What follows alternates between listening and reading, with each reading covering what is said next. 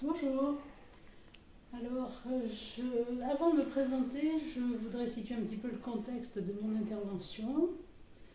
Et je vais peut-être commencer par un dicton qui est connu. Le chef a raison.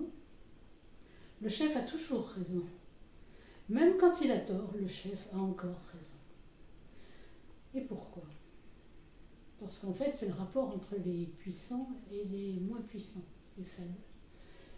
Et à l'heure où se sont ouverts les états généraux de la justice, je pensais que mon intervention était importante et que j'avais le devoir de la faire.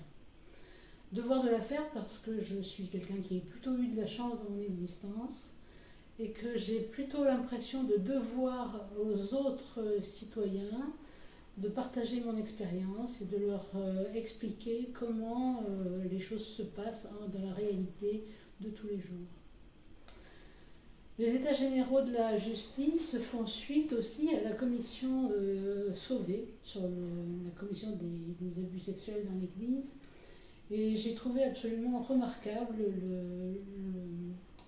la façon dont s'exprimait Jean-Marc Sauvé, qui est vice-président du Conseil constitutionnel, je crois, et qui a insisté en disant un peu de façon charismatique qu'au début étaient les victimes.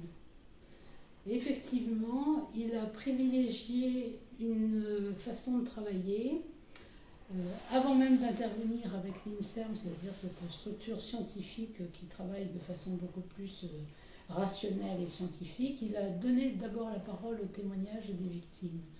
Et il a insisté sur la nécessité de privilégier ce qu'on appelle le savoir expérientiel, parce que finalement, celui qui est le mieux placé pour savoir ce qui s'est passé, c'est quand même le vécu de la victime, même si effectivement il faut arriver à faire la part des choses entre l'émotionnel ou la subjectivité, bien sûr.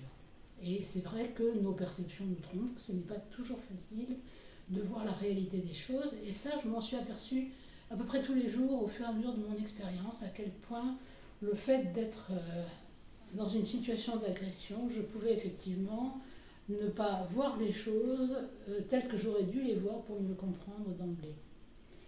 Et c'est ce que je vais essayer de faire aujourd'hui, c'est-à-dire de vous partager ce savoir expérientiel que j'ai vécu en tant que justiciable, en espérant que quelqu'un comme moi qui a la possibilité des moyens intellectuels, puisque je suis médecin, et qui a aussi des moyens financiers, puisque j'ai dû continuer à travailler au-delà de l'âge de la retraite, j'ai plus de 67 ans, j'ai dû continuer à travailler pour arriver à essayer de me défendre dans toutes les procédures judiciaires que j'ai subies.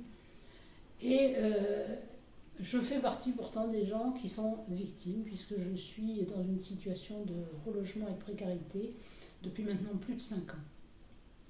Mais pour l'instant, je vais peut-être d'abord parler un petit peu de ce que je suis et au nom de quoi je parle. Donc ces vidéos vous seront présentées en petites séquences de façon à être relues facilement et elles seront également répétées et progressives. Et donc dans ce premier enregistrement, je voulais essentiellement parler de la nécessité de passer d'abord par l'expérience avant même de parler de droit ou de preuves scientifiques. Merci.